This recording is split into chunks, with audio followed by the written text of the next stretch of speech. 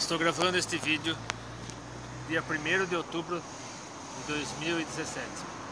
Eu estou com uma camiseta rosa bem clarinha, porque justamente no dia de hoje, no dia que eu estou gravando esse vídeo, começa a campanha Outubro Rosa de combate ao câncer de mama.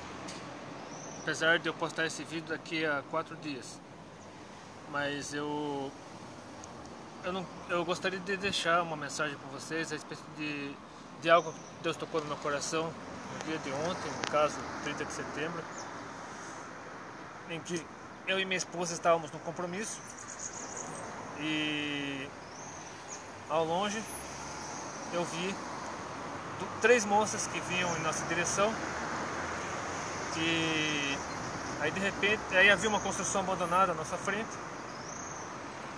Aí de repente essas 3 moças, uma atrás da outra, começaram a escalar o muro e invadir a construção abandonada.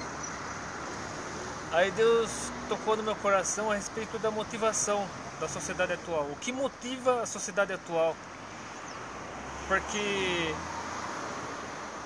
para algumas pessoas é fácil invadir o terreno por mera curiosidade, ou então porque a pessoa quer enfrentar o perigo, algumas pessoas inclusive fazem questão de demonstrar sua irreverência, sua rebeldia, transgredindo as leis para ver se são corajosas mesmo, se são destemidas, para provar para os outros que tem coragem. E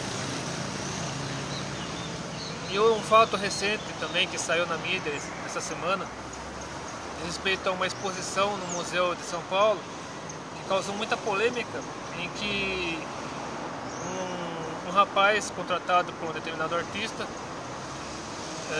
ele ficou nu nesse museu, totalmente nu, inclusive mostrando as partes íntimas, e até crianças participaram dessa exposição, mexendo o sujeito, e isso causou uma fúria, causou um clamor nas redes sociais contra essa exposição, inclusive falando de pedofilia, porque como as crianças estavam tendo acesso a isso, estavam sendo incentivadas a curtir esse tipo de arte.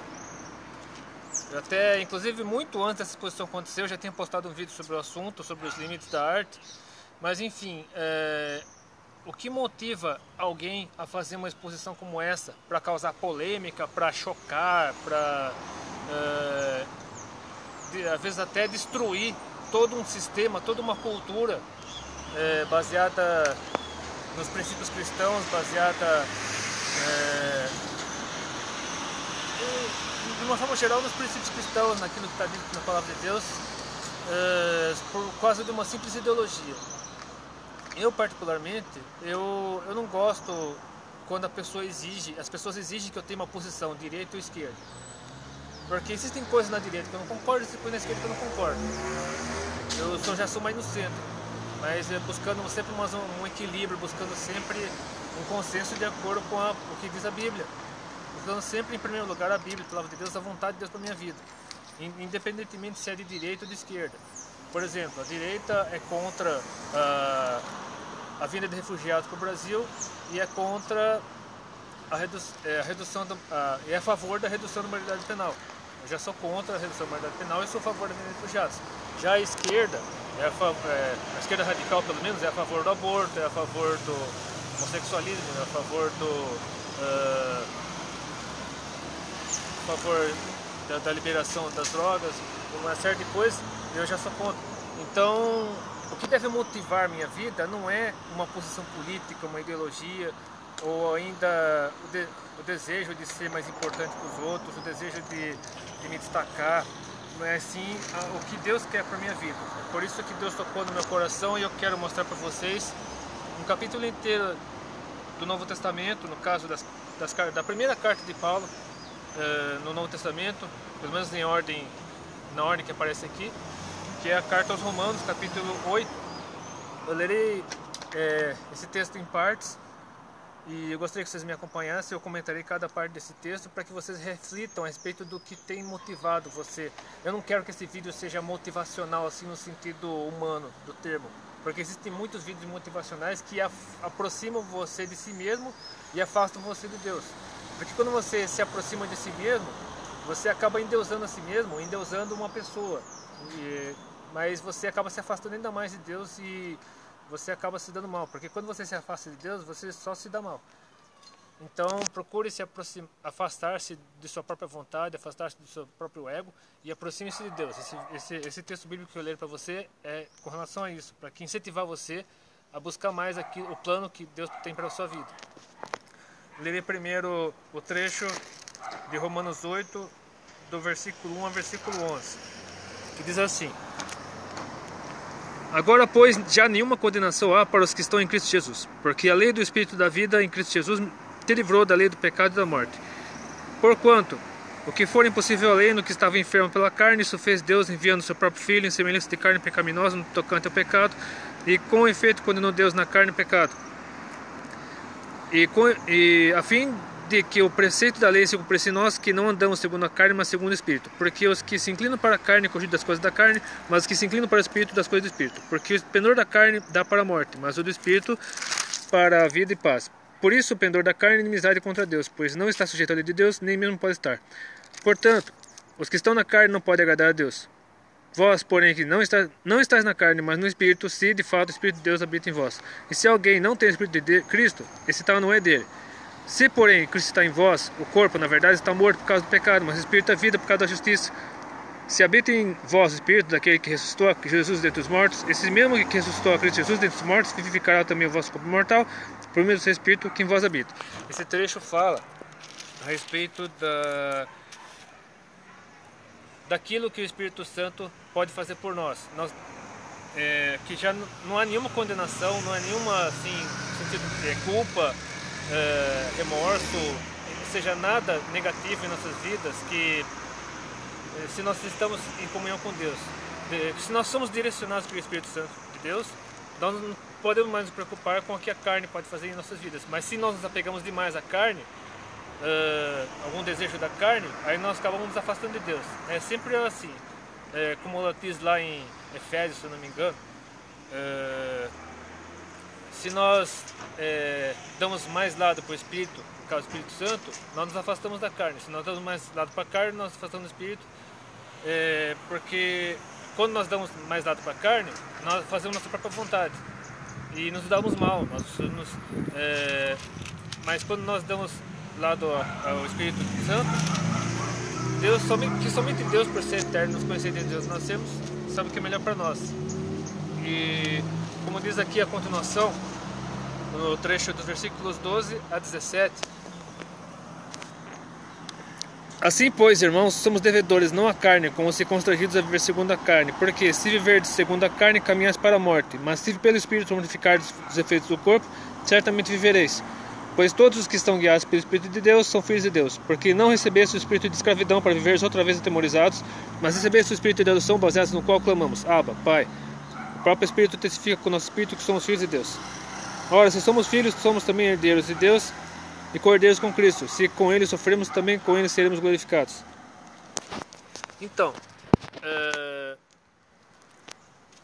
por sermos filhos adotivos, quando cremos em Deus, quando nos entregamos a Jesus Cristo, permitimos que o Espírito Santo mude nossas vidas, nós nos tornamos cidadãos do reino de Deus e filhos adotivos de Deus por meio de Jesus Cristo.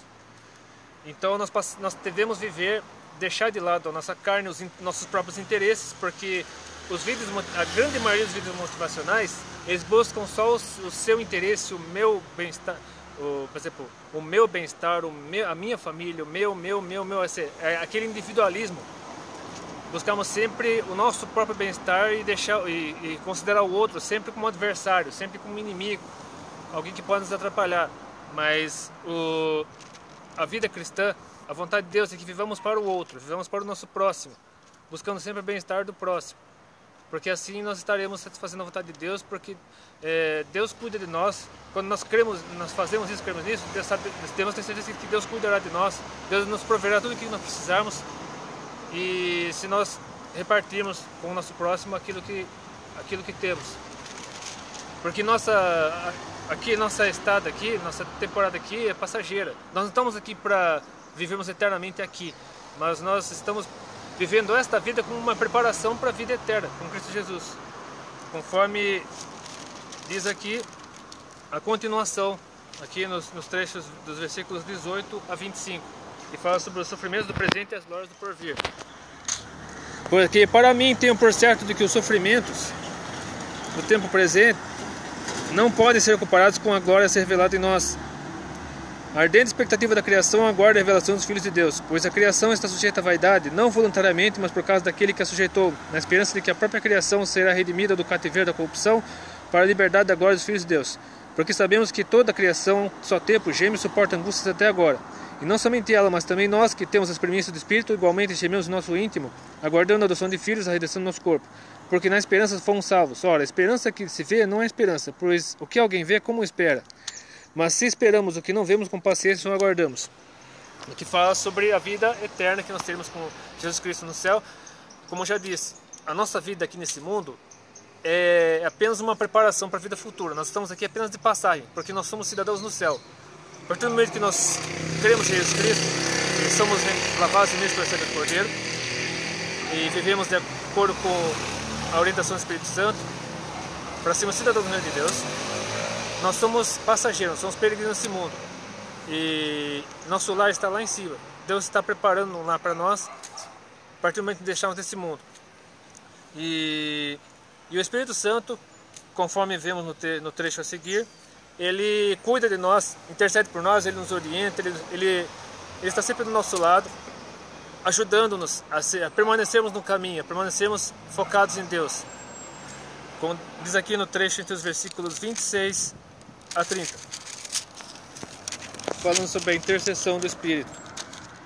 Também o Espírito, semelhantemente, nos assiste em nossa fraqueza, porque não sabemos orar como convém, mas o mesmo Espírito intercede por nós sobremaneira com gemidos inexprimíveis. E aquele que sonda os corações sabe qual é a mente do Espírito, porque segundo a vontade de Deus é que intercede pelos santos.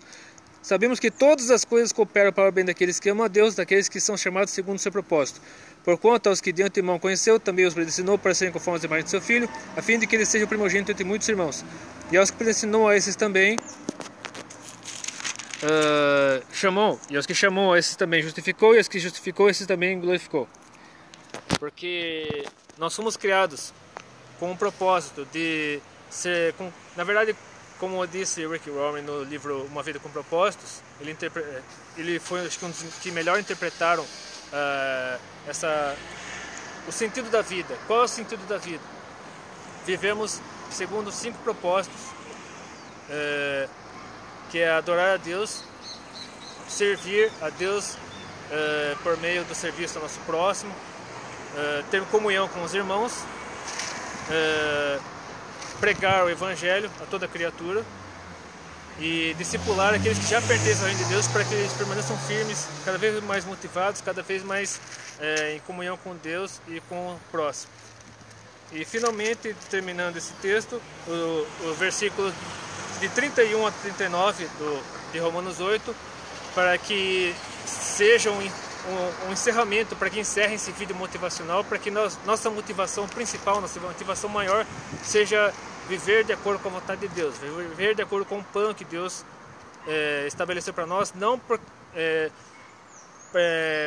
porque Deus queira nosso mal, mas muito pelo contrário, porque somente Deus, por ser eterno, nos conhecer desde que nós nascemos, sabe o que é melhor para nós, e Ele quer somente o melhor para nós. Por isso que Ele estabeleceu para cada um de nós um plano, um propósito, um projeto, para sermos verdadeiramente felizes nesse mundo, enquanto não saímos daqui e irmos para a eternidade. Então, do versículo 38 a 39, esse texto encerra dizendo assim: que diremos, pois, à vista dessas coisas? Se Deus é por nós, quem será contra nós? Aquele que não poupou o seu próprio Filho, antes por todos o entregou, porventura não nos dará graciosamente com ele todas as coisas? Quem tentará acusação contra o silêncio de Deus? É Deus quem o justifica. Quem nos condenará? É Cristo Jesus quem morreu antes, quem ressuscitou, o qual está à direita de Deus e também intercede por nós.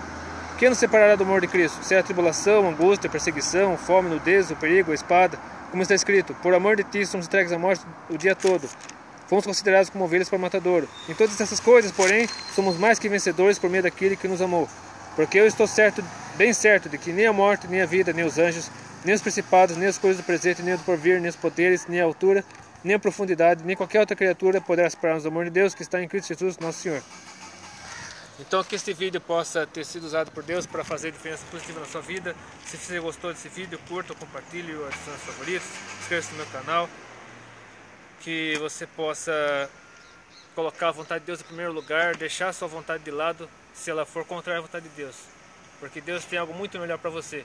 Porque Deus jamais permitiu que acontecesse algo na sua vida, mesmo que seja algo ruim, mesmo que seja algo que tenha causado feridas, cicatrizes, mas é sempre com um propósito maior, de fazer você crescer, de fazer você amadurecer, para tornar-se um servo valoroso dele, para que por meio das suas experiências nesse mundo, seja positivas ou negativas, você possa ser usado por Deus para transformar e edificar vidas e levá-las para a eternidade, junto com você. Então que Deus abençoe e até depois, se quiser.